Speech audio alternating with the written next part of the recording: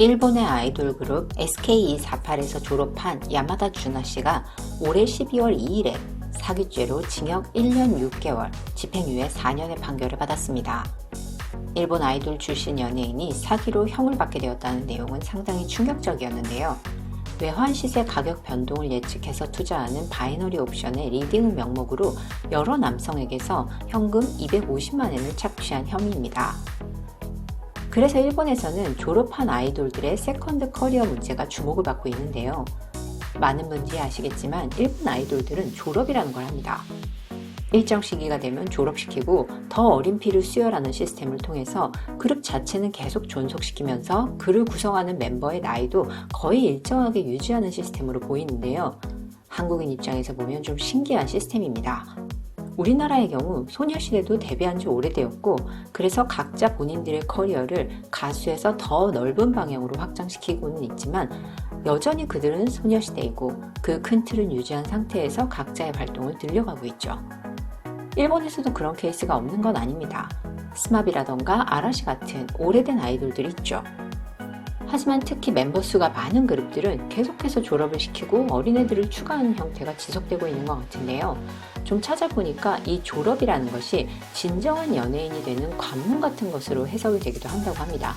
이게 무슨 얘기냐면 일본의 아이돌은 성장형이라는 말 들어보셨죠? 한국처럼 데뷔 전에 미친 듯한 연습을 통해서 일정 수준을 통과한 사람만 데뷔할 수 있는 시스템이 아니라 어릴 때부터 아이돌 활동을 하면서 점점 더 성장해가는 과정을 팬들이 함께하고 이를 응원하는 시스템이기 때문에 아이돌들이 노래를 못하고 춤을 못 추고 무대에서 실수를 해도 귀엽다 하면서 다 수용해주고 좋아해주는 거죠.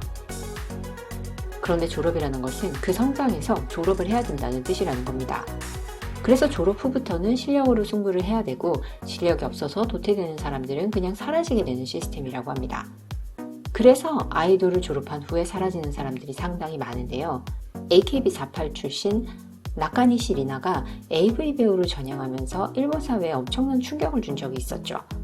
심지어 이 멤버는 인기가 없어서 그 많은 멤버들 중에서 잘 보이지 않는 존재감 없는 멤버가 아니라 오프닝 멤버여서 AKB 총선에서 1위를 했던 마에다 아츠코 이상의 인기를 구가했던 인물인데요. 졸업 후에 소속사를 전전하다가 AV 배우로 데뷔를 했습니다. 실제로 엄청난 화제성 속에서 그녀의 첫 데뷔작은 20만 개 이상 팔렸고 이런 소식이 한국 인터넷 뉴스를 도배하기도 했었죠. 이후에 AKB에서는 많은 멤버들이 그쪽 업계로 넘어가게 되었고 지금 상태로 한 총 9명 정도가 그 업계로 넘어간 것으로 추정이 되고 있는데요. 그래서 AKB는 그쪽 배우를 양산하는 그룹이라는 오명까지 받게 됩니다. 이렇듯 졸업한 아이돌들은 아이돌 시절에 인기가 있었다고 하더라도 이후 소속사 운이 받쳐주지 않거나 하면 일자리가 사라져서 결국 연예인을 그만두거나 혹은 좋지 않은 선택을 하게 되는 경우가 많은데요. 이번 야마다 주나의 경우에는 범죄에 관여하게 되면서 인생이 꼬이게 된 케이스입니다.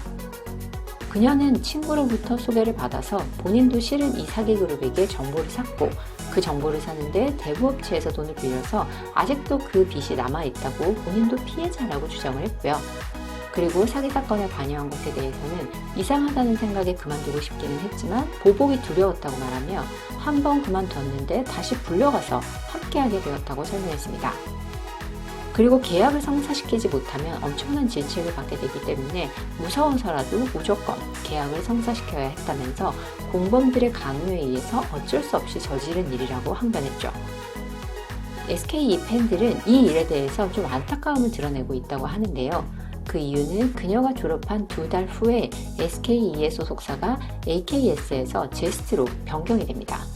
그런데 제스트에서는 졸업한 멤버들의 이후 커리어 지원을 하겠다고 발표를 했고 실제로 졸업 후에 소속사에 입사를 해서 다른 아이돌 프로모션을 지원을 하거나 춤, 노래를 가르치는 일을 하기도 한다고 합니다.